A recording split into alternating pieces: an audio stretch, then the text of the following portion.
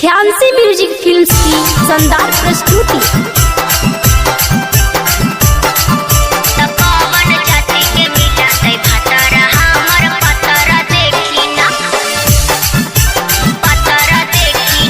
Recorded by ख्यान्सी music films.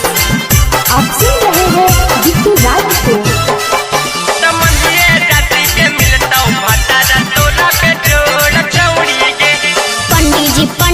पंडित जी हमार पतारा देखी ना, ए पंडित जी देखी ना। पंडित जी हमार पतारा देखी ना, तो कौन जाति के मिलते भतारा। हमार पतारा देखी ना, तो कौन जाति के मिलते भतारा। हमार पतारा देखी ना, ए बाबा जल्दी देख के बताई ना। नीमन घर सुनर बार तोर मिलतौगे। अरे हमर बतिया कनवा खोल के सुन ल जजमान। नीमन घर सुनर बार तोर मिलतौगे, समझिए जाति के मिलतौ भतारा। छौड़ी बेजोड़ मिलतौगे, समझिए जाति के मिलतौ भतारा। तोरा बेजोड़ छौड़ी गे सुनाई पड़ल जजमान।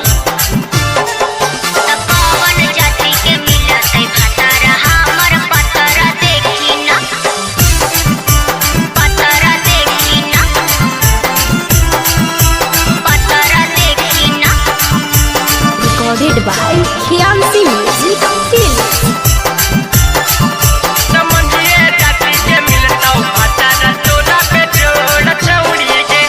लव मैरिज होतै की होतै अरेंज जी, फ्रीए में होतै की लगतै दहेज जी। ए पंडित जी बताई ना। भाग्य के छौड़ी तू कर ले मिसाजी, घर परिवार तोरा रहतौ आवाजी। बुझी बच्ची हाँ पंडित जी हमार हथवा के गढ़वा देखना। पंडित जी हमार हथवा के गढ़वा देखना, तो कौन जाति के मिलते भतारा। हमार पतारा देखना, तो कब बनते हमार जतारा। पंडित जी पतारा देखना।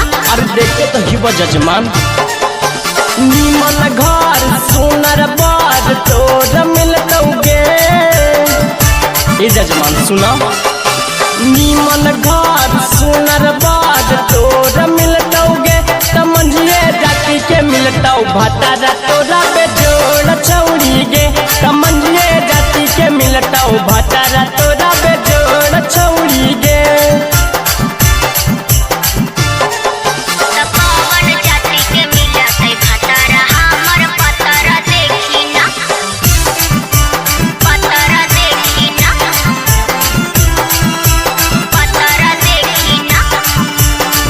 Recorded by ख्यान्सी music films.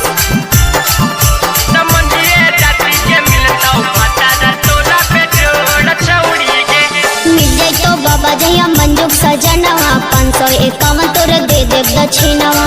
पूरा 551 देहबे बाबा।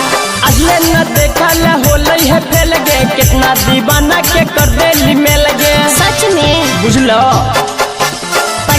पंडित जी मिले के जल्दी मंतारा देखी ना। पंडित जी मिले के जल्दी मंतारा देखी ना।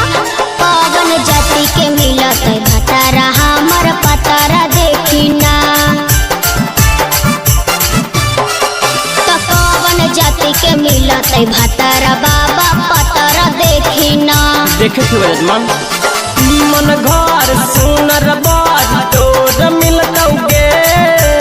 अरे सुन ला। नीमन घर सुनर बार तोर मिलतौगे, समझिए जाति के मिलतौ भतारा।